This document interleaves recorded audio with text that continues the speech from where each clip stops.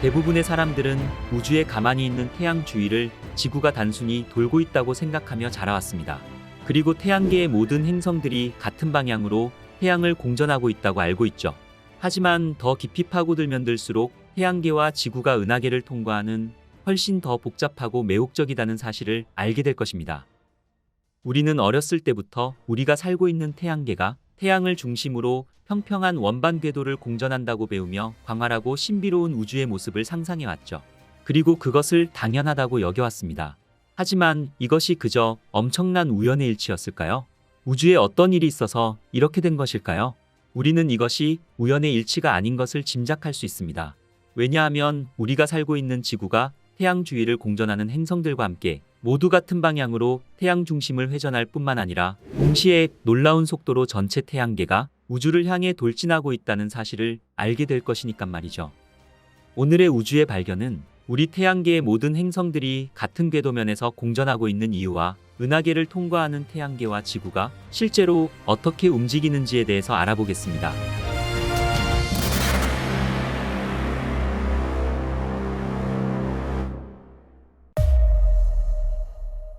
태양계가 형성되기 전 수십억 년 전으로 돌아가 보겠습니다.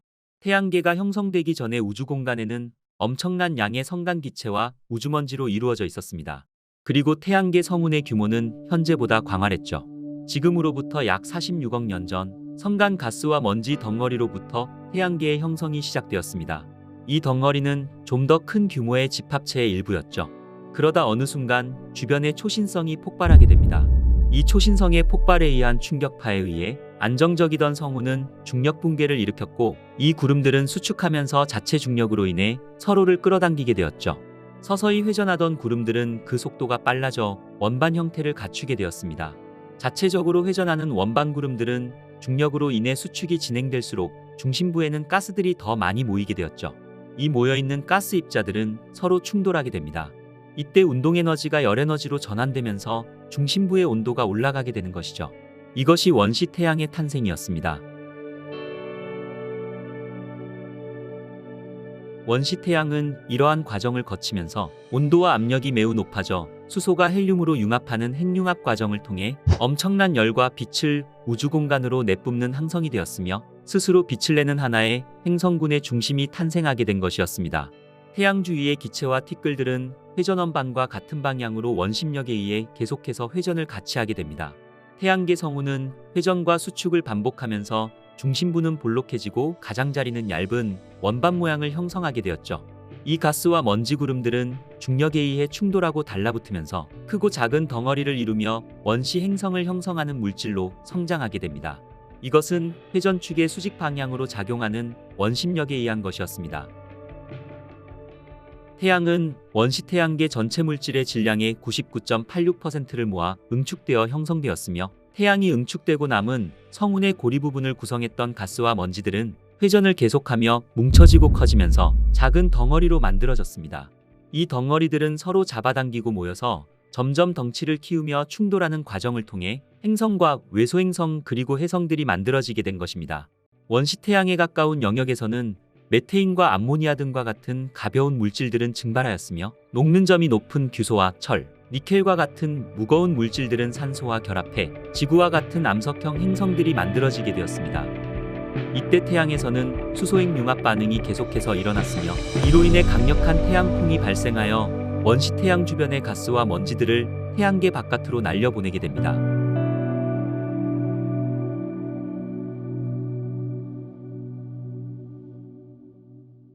하지만 충분히 성장한 암석형 행성인 수성과 금성, 지구와 화성과 같은 초기의 태양계를 이루는 행성들은 구심력에 의해 태양 주위를 안정된 궤도로 공전하게 되면서 현재의 태양계 모습을 형성하게 되었죠. 그리고 태양풍으로 인해 밀려난 먼 영역에서는 보다 가벼운 기체와 얼음으로 둘러싸인 티끌 등에 의해 목성과 같은 기체형 행성으로 진화하게 된 것이었습니다. 처음에는 원시 태양 주변으로 유입되는 물질들이 모든 방향에서 끌려들어와 원시 태양계는 매우 혼란스러운 환경이었을 것입니다. 그리고 붕괴된 성운 구름은 불규칙한 방향으로 접근하였을 것이며, 입자들 사이의 충돌은 정기적으로 일어났습니다. 각각의 성운들의 운동량은 그렇게 상쇄되었죠. 따라서 결국 성운의 모든 입자들이 다른 방향에서 접근하는 동안 입자의 운동량 대부분이 서로 다른 방향으로 가는 입자에 의해 충돌하여 입자의 운동량은 상쇄되었을 것이며 결국 대부분의 입자들은 같은 방향만 남게 되었을 것입니다. 우리는 이러한 물질 덩어리들을 오늘날에도 실제로 관측할 수 있습니다. 우리 태양계에는 강력한 원반을 가지고 있는 행성인 토성을 관찰할 수 있죠. 모든 가스거인들은 행성의 평면을 따라 공전하는 위성들을 가지고 있습니다. 토성의 고리는 아름다운 시계 태엽 방식으로 토성의 일반 위성과 같은 평면을 따라 토성을 공전합니다. 토성 탐사선인 카시니 탐사선은 임무를 수행하는 동안 다양한 중력 상호작용으로 인해 토성의 고리 내부에서 물질들이 뭉쳐서 만들어지는 작은 위성이 형성되는 것을 발견할 수 있었습니다. 이 위성들 중 일부는 곧 떨어져 나갔고 우리는 초기 태양계에서도 이와 같은 일이 일어났을 것이라고 확신하고 있죠. 오늘날 우리는 우리 은하에 대해 많은 것을 알고 있습니다. 하지만 직접 우리 은하의 전체 모습을 본 사람은 아무도 없죠. 지구를 멀리 벗어나야 지구의 둥그런 모습을 볼 수 있듯이 우리 은하 전체의 모습을 관측하려면 우리 은하로부터 멀리 떨어져 관측을 해야 되는 것이죠. 하지만 인류는 지금까지 우리 은하의 모습을 제대로 촬영한 적이 없습니다. 우리 은하의 모습을 촬영하기 위해서는 카메라가 달린 탐사선이 우리 은하에서 수백 광년 떨어진 곳으로 가야만 하죠. 46년 전 지구를 떠난 보이저 1호는 인류가 우주로 보낸 탐사선 중에서 가장 멀리 간 탐사선이지만 이제 겨우 태양계를 벗어났죠.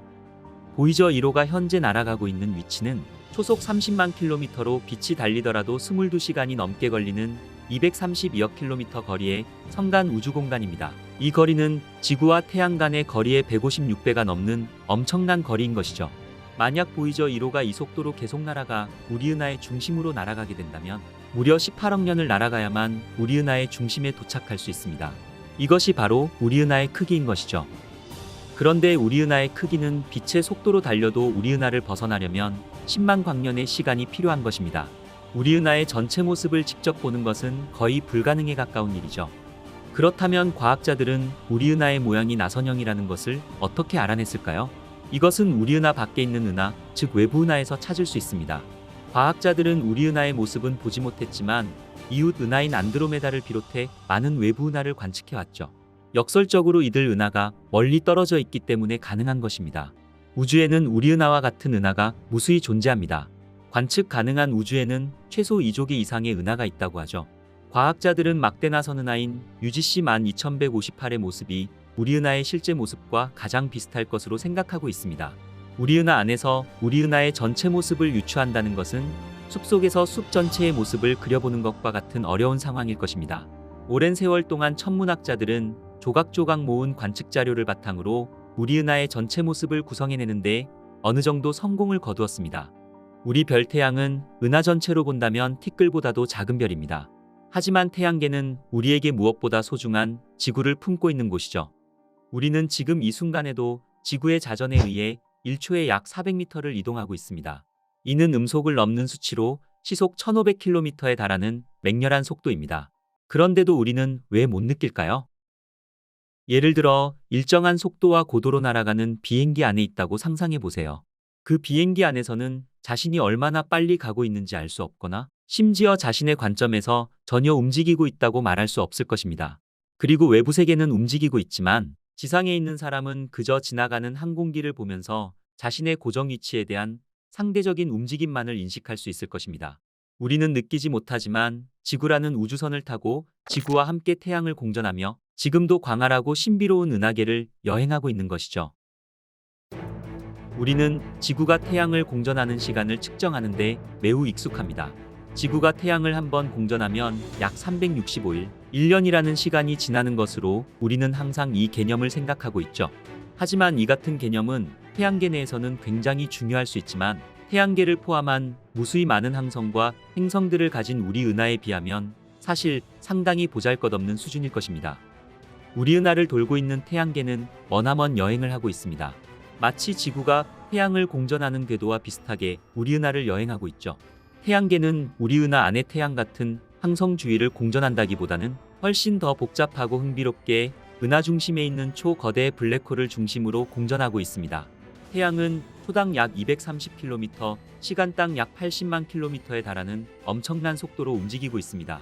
따지고 보면 태양은 우리 은하를 공전하는 듯이 보이지만 사실은 우리 은하 중심에 있는 초거대 블랙홀로 빨려 들어가고 있는 것이죠.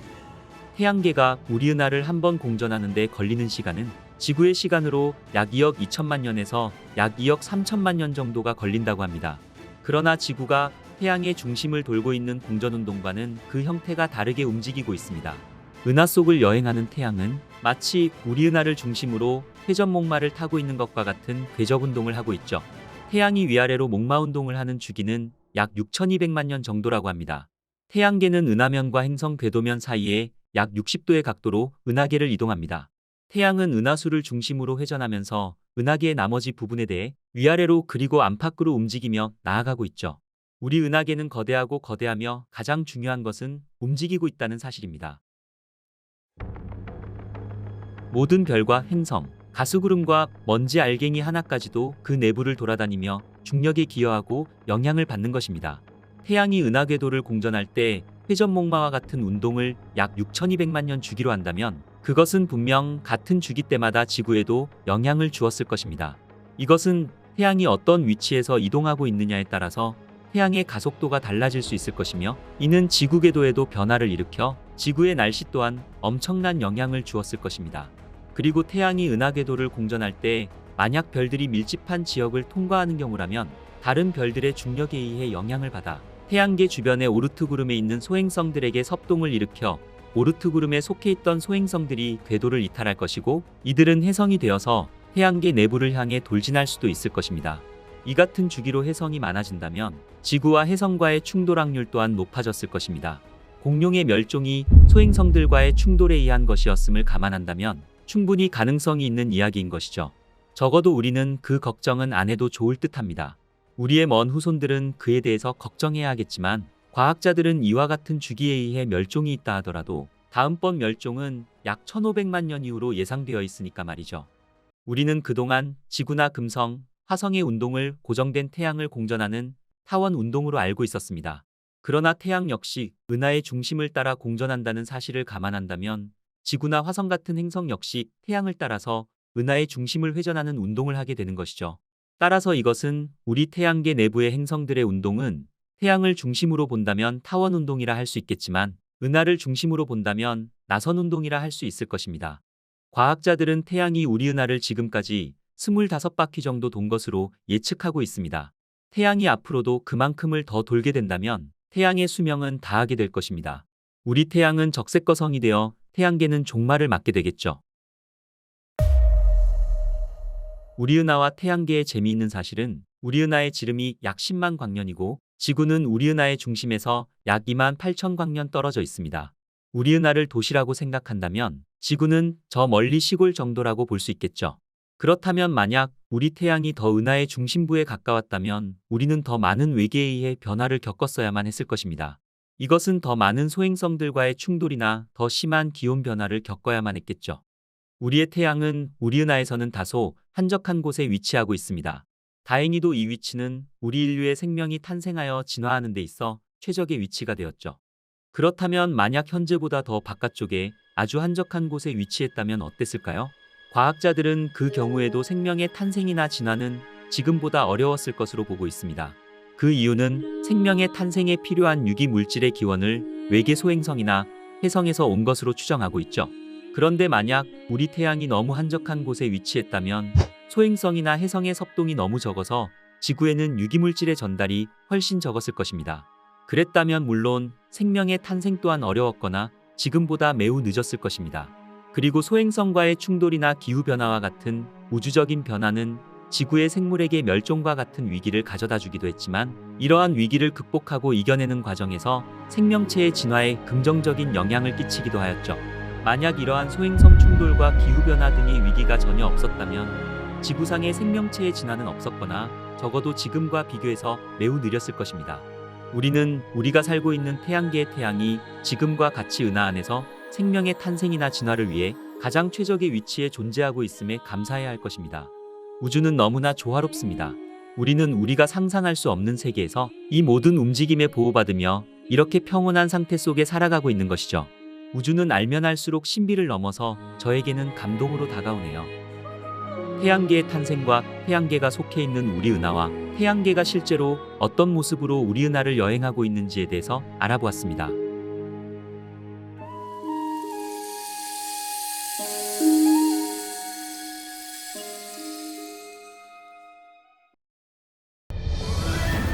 (2016년 3월 4일) 나사는 많은 사람들이 불가능하다고 믿었던 역사적인 이미지를 공개했습니다. 이 빨간 점은 빛이 우리에게 도달하는 데에만 134억 년이 걸린 은하 전체입니다. 허블은 30년 넘게 우주에 있었고 그 임무는 대성공을 거두었죠. 우주 공간의 환상적인 이미지를 포착하였으며 수많은 과학적 데이터를 우리에게 보내주었습니다. 허블은 인류에게 우주를 보는 눈이었으며 과거로 가는 타임머신이기도 하였습니다. 오늘의 우주의 발견은 허블이 34년 동안 발견한 놀라운 이미지들과 가장 큰 과학적 발견들에 대해서 알아보겠습니다.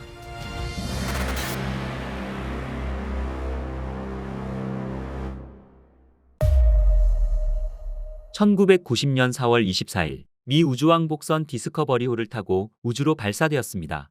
허블 우주망원경은 지금까지 약 140만 장의 천체 사진을 지구로 보내주었습니다.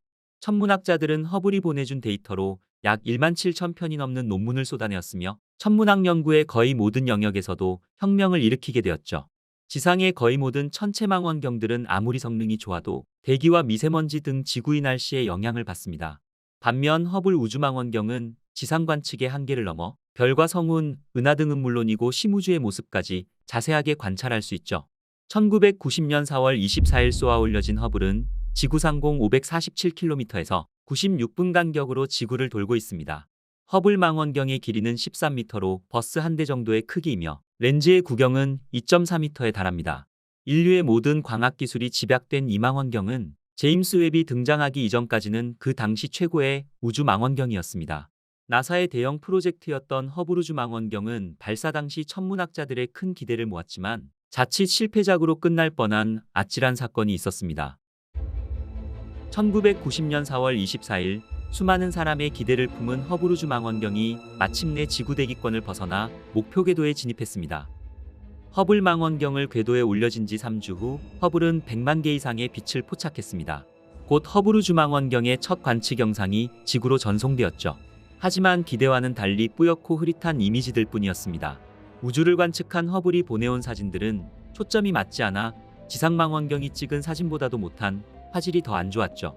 허블 망원경이 기대 이하의 성능을 보이자 미국 의회와 언론은 비난을 쏟아내기 시작했습니다.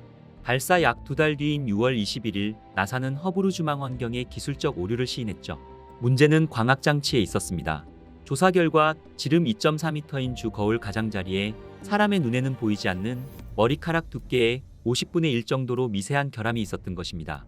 그러나 이 작은 오류를 잡는데 3년이 걸렸죠. 우주 공간에서 거울을 교체하는 것은 거의 불가능했으니까 말이죠. 하지만 망원경을 지구로 다시 가져와서 수리하는 것 또한 시간과 비용 부담이 컸습니다. 그래서 허블 엔지니어들은 망원경의 결함과 정확히 같은 값을 갖는 오차를 역으로 일으켜 구면 수차를 바로잡는 새로운 광학 부품을 제작해 우주에 떠있는 허블 망원경에 추가하기로 결정합니다. 그렇게 1993년 12월 2일 미 우주왕복선 엔데버호는 허블 망원경의 수리를 위해 우주인 7명을 태우고 국제우주정거장 ISS로 향했습니다. 우주 공간에서의 수리 작업은 쉽지 않은 것이었습니다. 하지만 엔지니어들은 맡은 바 임무를 충실히 수행했죠. 마침내 1993년 12월 18일 허블 망원경에서 다시 사진들이 지구로 전송됐습니다. 새로운 이미지를 받아본 지구의 연구원들은 박수치며 환호하였죠.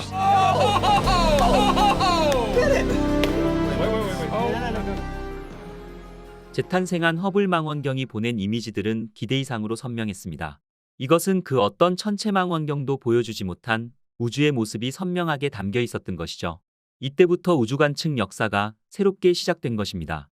100억 광년 이상을 내다볼 수 있는 허블 망원경이 이뤄낸 성과는 실로 엄청난 것이었습니다. 이론상으로만 존재했던 블랙홀 관측은 허블 망원경의 대표적인 업적입니다. 허블은 분광 관측 기능을 사용하여 은하 핵을 들여다보고 그곳의 별들이 엄청난 속도로 긴밀하게 궤도를 따라 움직이는 것을 발견한 것이었죠. 이 이상한 행동은 질량 블랙홀에 의해서만 생성될 수 있는 정말로 거대한 중력장이 존재한다는 것을 나타내는 것이었습니다. 실제로 블랙홀은 부피는 제로이지만 엄청난 질량이 한 곳에 모여 무시무시한 중력을 가진 죽은 별입니다. 중력이 매우 강해 모든 물질을 빨아들이죠. 심지어 빛조차 빨아들여 블랙홀은 눈에도 보이지 않습니다. 이런 블랙홀에는 물질과 빛이 안으로 들어가면 밖으로 탈출할 수 없는 경계에 사건의 지평선이 있습니다. 사건의 지평선 안쪽에서 일어난 정보는 외부에 전달될 수 없죠. 이론적인 가능성만 제기되던 1992년 강력하고 거대한 블랙홀이 있을 것으로 추정되는 은하 M87의 중심부를 관측하는 데 성공했습니다. M87에는 지금까지 알려지지 않은 가스원반이 초속 750km 속도로 회전하고 있었죠.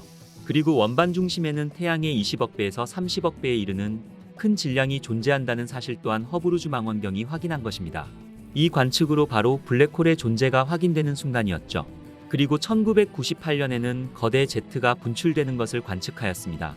오늘날에는 거의 모든 은하계 중심에서 블랙홀이 있다는 것을 알고 있죠. 그리고 2019년에는 천문 역사상 가장 밝은 퀘이사를 발견했습니다. 퀘이사는 블랙홀이 주변 물질을 흡수하는 에너지에 의해 형성되는 거대한 발광체로 그 중심에 무거운 블랙홀이 자리 잡고 있죠. 이것은 극도로 빛나는 은하 중심에서 나오는 강력한 에너지 제트입니다. 퀘이사의 힘은 엄청나며 일반적으로 은하수보다 수천 배 더 밝은 광도를 가지고 있죠. 그 밝기는 태양의 600조에 이른다고 알려져 있습니다. 허블 우주망원경은 또한 미국 천문학자 에드윈 허블이 주장한 우주 팽창설을 입증하였습니다. 팽창 우주론은 우주가 약 138억 년 전 대폭발인 빅뱅을 일으켰고 빅뱅 이후 지금까지 계속해서 팽창하고 있다는 이론입니다. 태초에 모든 것이 한 점에 모여 있다가 그 점에서 계속 팽창해 지금의 우주가 됐다는 것입니다. 천문학자들은 1998년 허블 우주망원경을 통해 거대한 별이 죽음을 맞이할 때 엄청난 빛을 뿜어내는 초신성 현상을 관찰하였으며 우리 은하에서도 먼 초신성이 더 빨리 멀어지고 있다는 사실을 확인한 것이었습니다. 이는 우주가 더 빨리 팽창하고 있다는 것을 보여주는 것이며 이것은 팽창 우주론의 결정적인 증거가 되었죠. 2016년 국제공동연구팀은 빅뱅 후 불과 4억 년 안에 생긴 은하를 관측했습니다. 큰 곰자리 방향에 있는 134억 년 된 GN-11은 이 또한 우주 팽창의 증거가 되는 은하로 기록되었죠. 1995년 허블 우주망원경 과학연구소 소장 로버트 월리엄스는 어느 날 아무것도 없는 것처럼 보이는 깜깜한 우주 공간을 찍어보자는 엉뚱한 제안을 하게 됩니다. 이 제안을 들은 천문학자들은 모두 그가 미쳤다고 생각했죠. 당시 허블 우주망원경은 우주 비행사들이 현장에서 정비와 업그레이드를 해야 했고 잦은 고장으로 수리에 들어가는 비용만 해도 천문학적이었기 때문에 여론이 좋지 않았습니다. 하지만 그런 상황에서도 로버트 월리엄슨 소장은 아무것도 보이지 않는 깜깜한 우주의 한 부분을 촬영하고자 각도를 미세하게 조정하고 희미한 빛을 보기 위해 오랜 시간 촬영을 감행했습니다. 그 당시 천문학자들에게는 이런 결정이 도박이나 다를 바가 없다고 느껴졌을 것입니다. 만약 촬영에 소득이 없다면 가뜩이나 좋지 않은 여론에다 눈에 보이는 관측 대상의 대기 리스트가 밀려있는 상황에서 막대한 비용을 잡아먹게 될 것이라는 우려가 주를 이루고 있었죠. 하지만 허블의 첫 딥필드 이미지는 천문학계에 큰 충격을 안겨주는 역사적 사건이 되었습니다.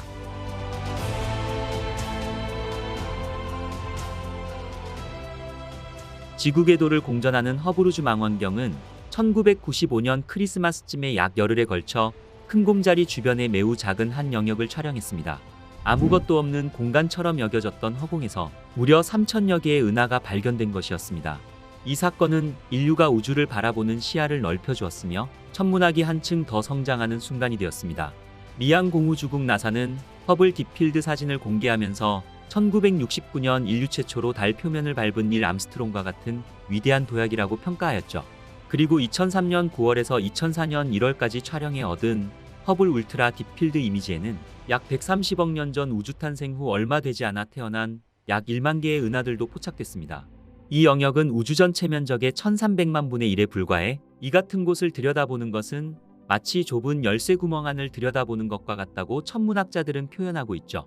이처럼 허블 우주망원경은 지구 대기권의 방해를 받지 않는 우주 궤도로 올라 아주 좋은 성능으로 우주 끝자락에 있는 먼 천체들의 빛을 담아내고 있습니다. 허블 우주망원경의 이름은 미국의 천문학자 에드윈 파월 허블에서 따왔습니다. 수많은 천문학자 중에서도 허블의 이름을 붙인 이유는 인류 우주관을 뒤바꿔 버릴 만큼 큰 업적을 세웠고 이를 기리기 위함이었습니다. 허블 우주망원경이 지난 30년 동안 더 깊숙한 우주를 관측한 덕분에 천문학자들은 우주 탄생의 비밀에 한 발자국씩 다가갈 수 있었습니다. 허블 우주망원경이 축적한 자료는 우리 우주에 살아있는 역사책일 것입니다.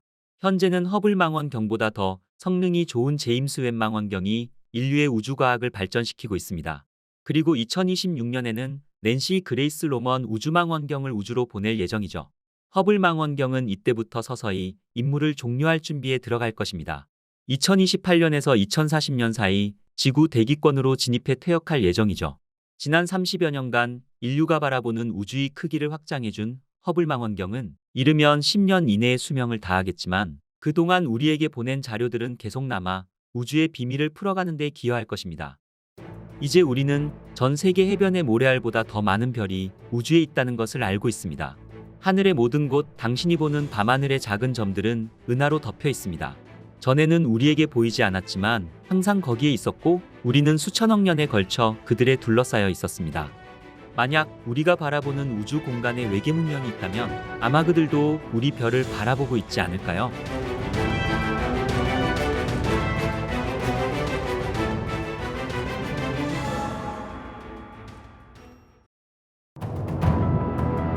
블랙홀은 우주에서 가장 매혹적인 물체 중 하나이자 가장 신비로운 물체 중 하나입니다. 우주에서 가장 이상한 존재 중 하나죠. 그중 일부는 너무 이상해서 아마도 사실이라고는 믿어지지 않으실 수 있을 것입니다. 블랙홀의 존재를 뒷받침할 만한 과학적으로 정확하다는 증거가 늘어나지 않았다면 말이죠. 그렇다면 이 요상하고 특이한 존재 블랙홀은 어떻게 만들어졌을까요? 그리고 그것들은 어디에서 왔을까요? 오늘의 우주의 발견은 우리가 아직 알 수 없는 블랙홀에 대해서, 블랙홀이 어떻게 형성되었고 그 주변에서는 무슨 일이 벌어지는지에 대해서 알아보겠습니다.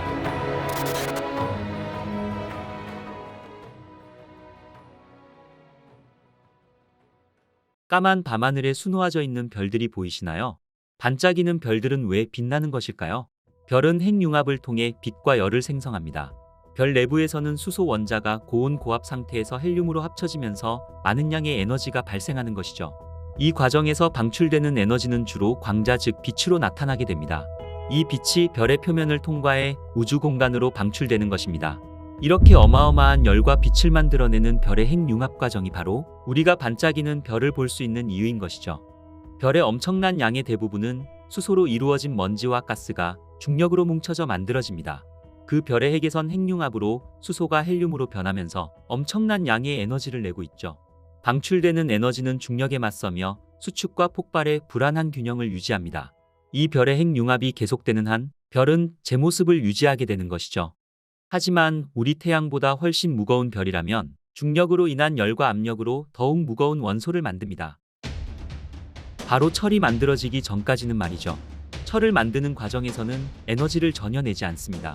문제는 이 별이 철을 만들어지게 되는 과정에서 에너지를 전혀 절약하지 않기 때문에 방출할 여유 에너지가 없다는 것입니다. 만들어지는 철들은 별의 중심부에 자리 잡으며 점점 더 커져갈 뿐인 것입니다. 철이 만들어지면서 더욱 중력에 대항하는 에너지가 없어지며 불안하게 유지되던 균형은 매우 빠르게 기울어지게 되는 것이죠. 철은 핵에 쌓이기 시작하고 무게가 한계에 다다르면 수축과 폭발의 균형이 깨지게 되는 것이죠. 바로 별의 핵이 오그라드는 것입니다. 찰나의 순간 우리가 초신성이라고 부르는 것과 같은 힘으로 핵을 만나기 위해 돌진하며 중심을 향해 쪼그라듭니다. 중심에게 더 많은 질량을 축적하게 되는 것이죠. 별이 초신성 폭발을 일으키는 순간 물질과 에너지가 우주 전역으로 폭발합니다. 이때 폭발에 대한 충격력이 낮으면 남아있는 것들이 모여서 또다시 중성자별이 탄생하게 되는 것입니다. 하지만 질량과 힘이 충분히 크고 더 무겁다면 우리가 알고 있는 물리학은 붕괴되고 무너진 별의 중심 부분에 블랙홀이 만들어지게 되는 것이죠.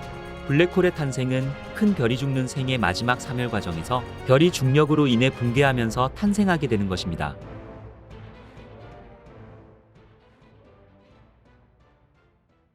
블랙홀이 이름 그대로 검은색이라면 블랙홀이 어떻게 존재하고 있다는 사실을 우리가 알 수 있을까요?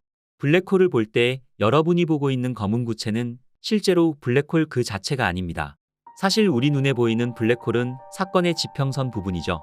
여기를 넘어서는 순간 블랙홀의 중력이 너무 강해서 우주에서 가장 빠른 존재인 빛조차도 빠져나올 수 없는 공간 영역으로 들어가게 되는 것입니다. 이것은 다르게 말하자면 영원히 나올 수 없다는 것을 뜻합니다. 그래서 아무것도 반사하지 않는 검은 공 모양을 보게 되는 것이죠. 그럼 검은 구멍은 뭘까요? 바로 블랙홀의 특이점입니다. 특이점은 시간과 공간 자체를 왜곡하는 힘을 방출합니다. 즉 공간과 시간, 그리고 물리법칙들이 더 이상 적용되지 않는 무한히 작고 밀도가 높은 지점으로 붕괴되는 것이죠. 하지만 그 너머로는 우리가 볼 수 없습니다. 블랙홀의 특이점은 모든 질량이 한 점에 집중되어 부피도 없고 밀도 또한 무한대인 그런 곳이거나 아니면 우리가 전혀 생각지도 못하는 다른 뭔가가 있을 수도 있습니다. 아직은 아무도 모릅니다. 우리가 모르는 이유는 바로 사건의 지평선이라는 것 때문이죠. 질량이 있는 모든 물체는 중력을 발휘합니다. 우리는 뉴턴 시대부터 이를 알고 있죠. 블랙홀은 20세기까지 거의 알려지지 않았습니다. 그러나 아인슈타인이 1915년 일반 상대성 이론을 내놓았을 때 그와 동시대 사람인 칼 슈바르츠 실트는 아인슈타인의 일반 상대성 이론을 사용하여 어떤 질량이라도 충분히 촘촘하게 압축되면 블랙홀이 될 수 있다고 계산하였죠. 칼 슈바르츠 실트는 이 이론을 통해 너무 거대하고 빛 자체도 탈출할 수 없을 만큼 충분한 중력을 생성할 수 있는 물체가 존재할 수 있다고 추론하며, 이것은 질량이 없는 가벼운 광자라도 빠져나올 수 없다면 아무것도 나올 수 없다고 주장하였죠.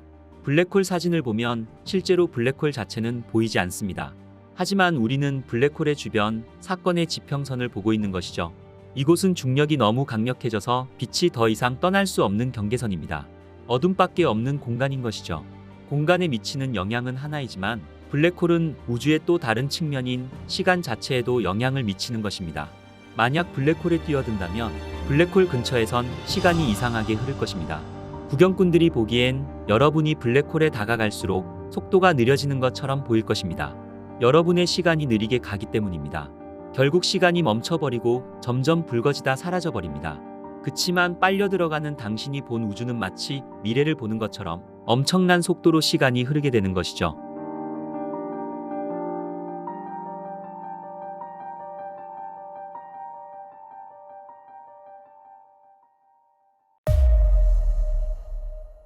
블랙홀이 처음 이론화되었을 때 천문학자와 물리학자들은 블랙홀이 실제로 존재하는지 확신할 수 없었습니다.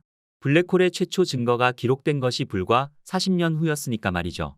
블랙홀은 눈에 보이지 않기 때문에 과학자들이 블랙홀을 탐지하고 연구할 수 있는 유일한 방법은 블랙홀이 주변 물질에 미치는 영향을 관찰하는 것입니다.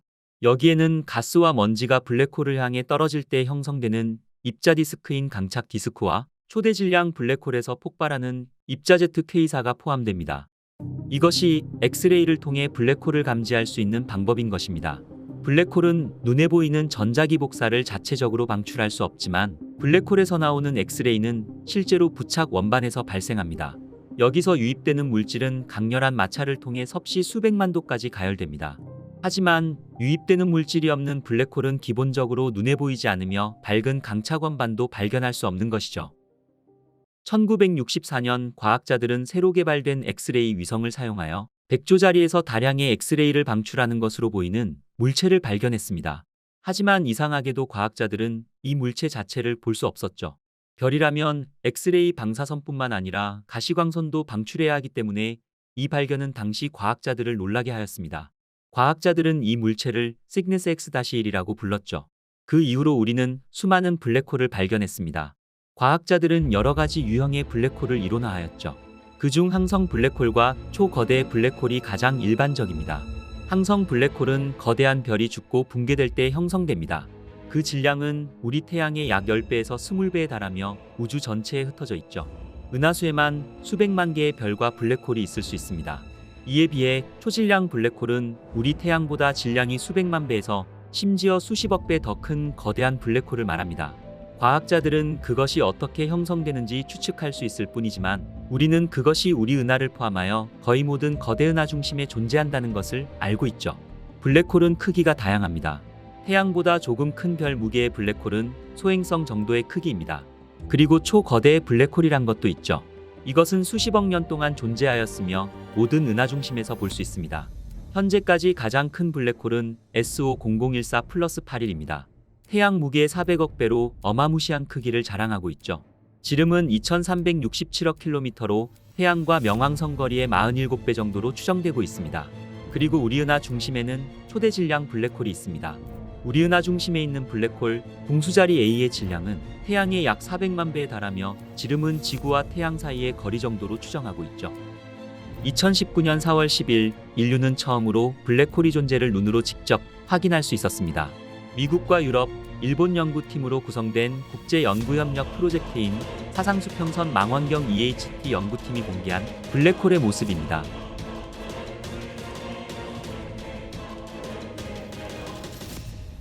이것은 아인슈타인이 1915년 일반 상대성 이론을 제시하면서 처음 등장한 블랙홀의 존재를 직접적인 증거를 통해 눈으로 확인한 사건이었죠. 지름 1000억 킬로미터로 약간 기울어진 고리 모양 구조 안쪽에 있는 것으로 나타난 블랙홀은 마치 달걀 속 노른자처럼 그림자 한가운데에 약 400억 킬로미터의 크기로 담겨 있는 것으로 밝혀졌습니다. 연구를 이끈 셰퍼드 도엘레만 미국 하버드 스미스소니안 천체물리센터 교수는 우리는 인류에게 최초로 블랙홀의 모습을 보여주고 있다며 이 결과는 천문학 역사상 매우 중요한 발견이라고 선언하였죠. 오랫동안 미지의 존재였던 블랙홀이 존재를 확인한 것만으로도 우주는 우리에게 엄청난 감동을 주고 있는 것 같습니다.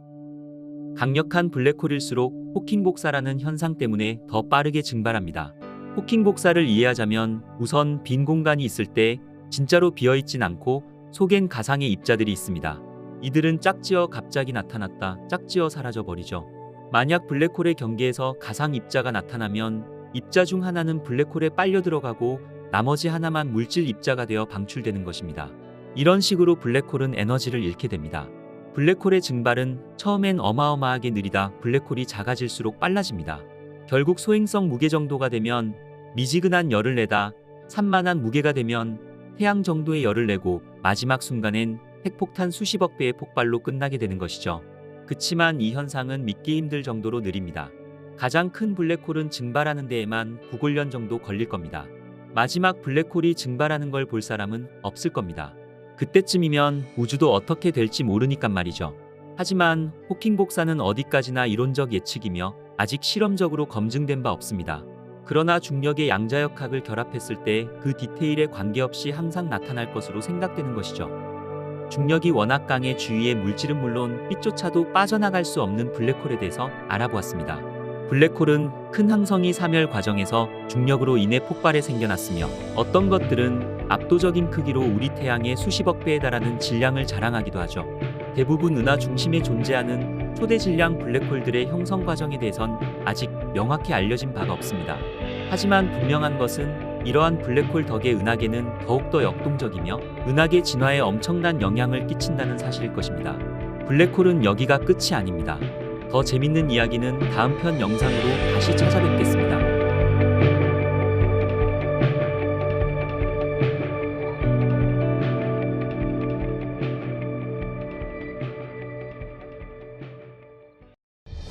(2017년) 태양계에 깜짝 등장한 오umuamua. 과학자들을 당혹스럽게 만들었던 오umuamua는 이제 우리의 시야에서 영원히 사라졌습니다. 이 성간물체 오umuamua는 해왕성의 궤도를 지나갔고 우리가 관측할 수 있는 망원경으로는 다시는 연구할 수 없을 만큼 머나먼 곳으로 사라졌죠. 이것의 기원과 성격은 오늘날까지도 학계에서 뜨거운 논쟁을 불러일으키는 미스터리로 남아 있습니다. 길이 400m의 오umuamua는 2017년 말 태양계의 중심부를 통과했습니다. 짧은 방문 기간 동안 이 미스터리 우주함석은 2400만 킬로미터 이내까지 지구에 접근했으며 불과 발견된 지 몇 주 만에 우리의 시야에서 영원히 사라졌죠. 과학자들은 처음에 오umuamua를 소행성이라고 생각했지만 그 이후 혜성이라는 연구 결과가 발표되면서 오umuamua의 정체가 소행성인지 혜성인지를 두고 과학자들의 논쟁이 시작된 것입니다. 그런데 오umuamua는 소행성도 혜성도 아닌 외계인이 만들어 보낸 우주선일 가능성이 높다는 논문이 발표되면서 과학계가 발칵 뒤집혔죠. 처음 발견되었을 당시에도 나사는 천문학계에서조차 외계 비행체로 의심하여 수많은 조사를 했을 정도로 이 천체에 대한 논란은 아주 뜨거웠습니다. 하지만 이 오umuamua의 변칙적 특성으로 인해 혜성과 소행성 그리고 인공적인 것으로 분류하는 것조차 확실하게 말할 수 없었죠. 과연 오umuamua는 우주의 천체일까요? 아니면 외계인이 보낸 인공적으로 만들어진 물체일까요? 먼 별에서 날아온 부서진 행성의 조각일까요? 아니면 정말 우연히 지능을 가진 외계 생명체에 의해 의도적으로 우리 태양계로 보내진 외계 기술의 일부였을까요? 놀랍게도 이러한 이론들을 모두 그럴듯하게 제시하는 학자들이 있어 여전히 논쟁 중에 있습니다. 오늘의 우주의 발견은 엄청난 속도로 태양계 중심을 통과하고 설명할 수 없는 가속도로 태양계를 스쳐 지나간 수수께끼 같은 물체 오umuamua 대해서 지금까지 밝혀진 과학자들의 이론과 아직도 명확하게 설명할 수 없는 것들에 대해서 지난 몇 년 동안 등장한 새로운 이론들에 대해 알아보겠습니다.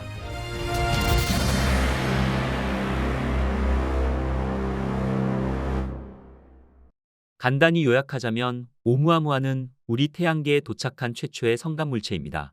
사실 과학자들은 이 물체에 대해서 해성인지 소행성인지조차 확실히 말할 수 없었습니다.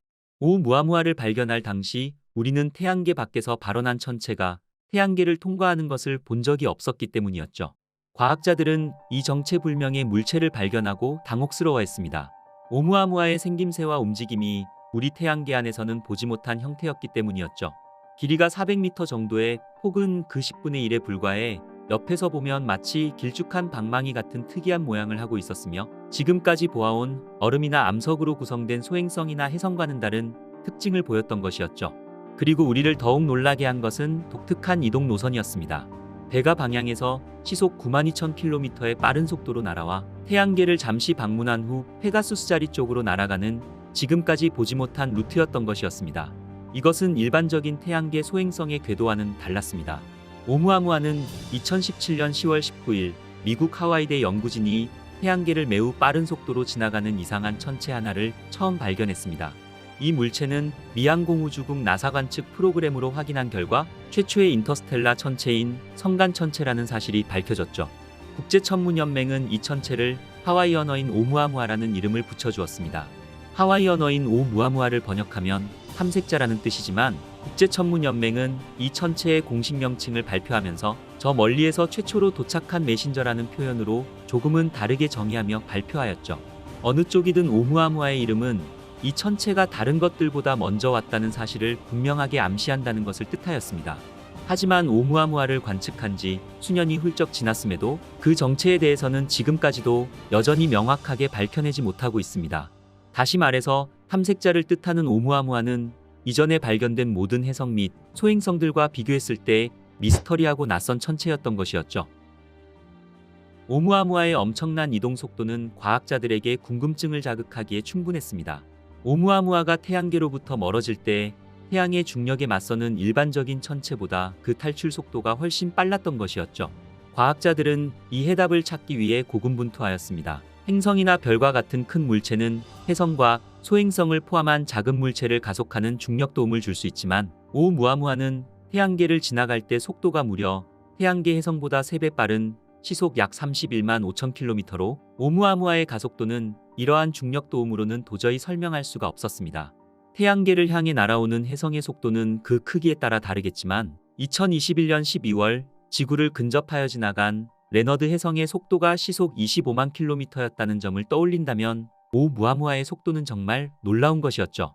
보통 태양계로 날아드는 해성은 먼지나 얼음 조각 등 돌멩이로 만들어져 태양에 가까워질수록 가열됨에 따라 가스와 먼지를 방출하게 되는데 해성의 뒤쪽으로는 불꽃과 긴 꼬리가 만들어지면서 이 같은 가스가 방출되며 해성이 가속도를 높이게 되는 것이죠.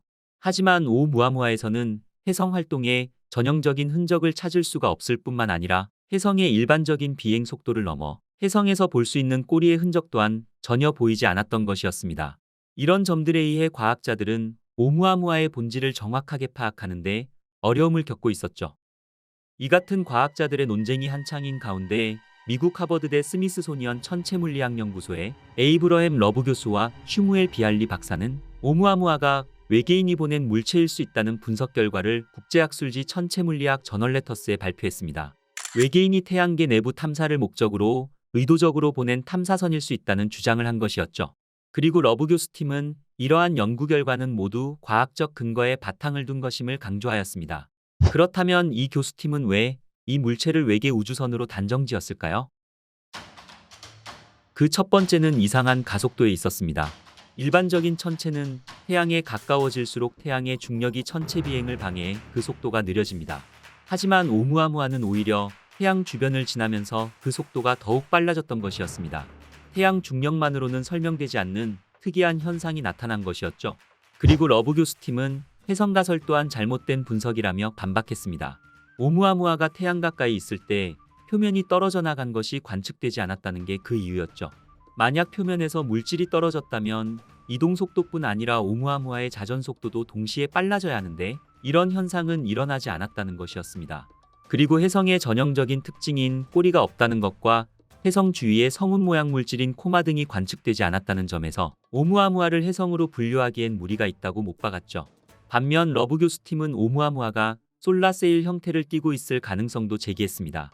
솔라세일은 얇은 금속막을 범선의 돛 모양으로 만들어 태양빛의 광자를 복사에너지로 연료 삼아 비행체의 속도를 높이는 기술입니다. 결국 태양 복사압이 오umu아무아의 독특한 가속을 만들어냈다는 주장이었죠.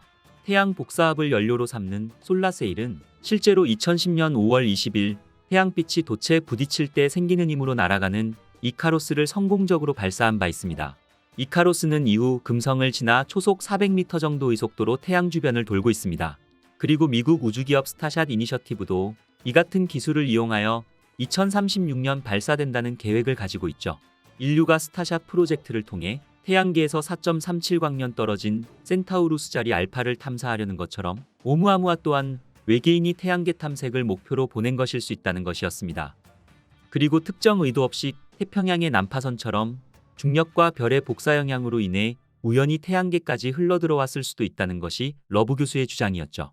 하지만 세티 연구소는 미국 캘리포니아의 군지평 전파 망원경인 앨런 망원경 집합체 ATA를 이용해 지구에서 약 2억 7천만 킬로미터 떨어진 곳에 위치한 오umu아무아의 전파 신호를 관측한 결과 인공신호로 분류할 만한 아무런 신호를 발견할 수 없었다고 밝히며 러브 교수의 주장에 대해 반박하였죠.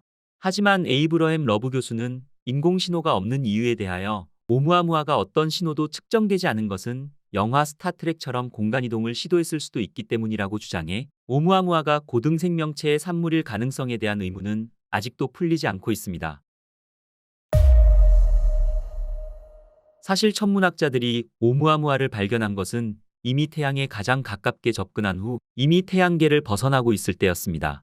태양에 묶여있기에는 너무 빠르게 움직이고 있었죠. 하지만 이 짧은 기간 동안에 이루어진 관측만으로도 과학자들은 오umu아무아가 쌍곡선 궤도라고 부르는 궤도상에 있다는 것을 증명하였습니다. 이 쌍곡선 궤도는 우주암석이 우리 태양계에 속한 것이 아니라 단지 성간 공간에서 날아와 태양계를 통과하는 것을 나타내는 것으로 부메랑 모양의 궤적을 뜻합니다. 이것은 한 번 지난 척한 후로는 두 번 다시는 이 우주 암석을 볼 수 없다는 뜻이었죠. 최초로 관측된 성간 천체 오umu아무아. 전 세계의 천문학자들은 이 성간 물체에 대해서 모든 것을 배우기 위해 전 세계 이용 가능한 모든 데이터를 파헤치기 시작하였습니다. 많은 과학자들이 이 오umu아무아의 가속이면에 있는 메커니즘을 해석하려고 노력했지만 제안된 모든 아이디어에서는 아쉽게도 실제 상황과 상당한 차이가 있었죠. 새로운 연구에서 캘리포니아 대학 화학 조교수인 제니퍼 베르그너와 코넬 대학의 미국 국립과학재단의 박사 후 연구원인 데릴 셀리그만은 새로운 이론을 제안하며 마침내 이 문제는 매듭지어지는 것으로 보여졌습니다. 셀리그만 박사는 몇 년 동안 오umu아무아의 가스 방출을 설명하려고 노력해왔습니다. 처음에는 혜성에게서 방출되는 가스에 먼지가 그리 많지 않을 것이라고 봤지만 나중에는 수소와 같은 일반적인 혜성에서 볼 수 있는 것보다 더 많은 휘발성 물질인 질소나 일산화탄소로 구성됐을 것으로 생각이 바뀌었죠. 하지만 이런 각각의 설명에는 이론적인 문제점이 여전히 존재했습니다.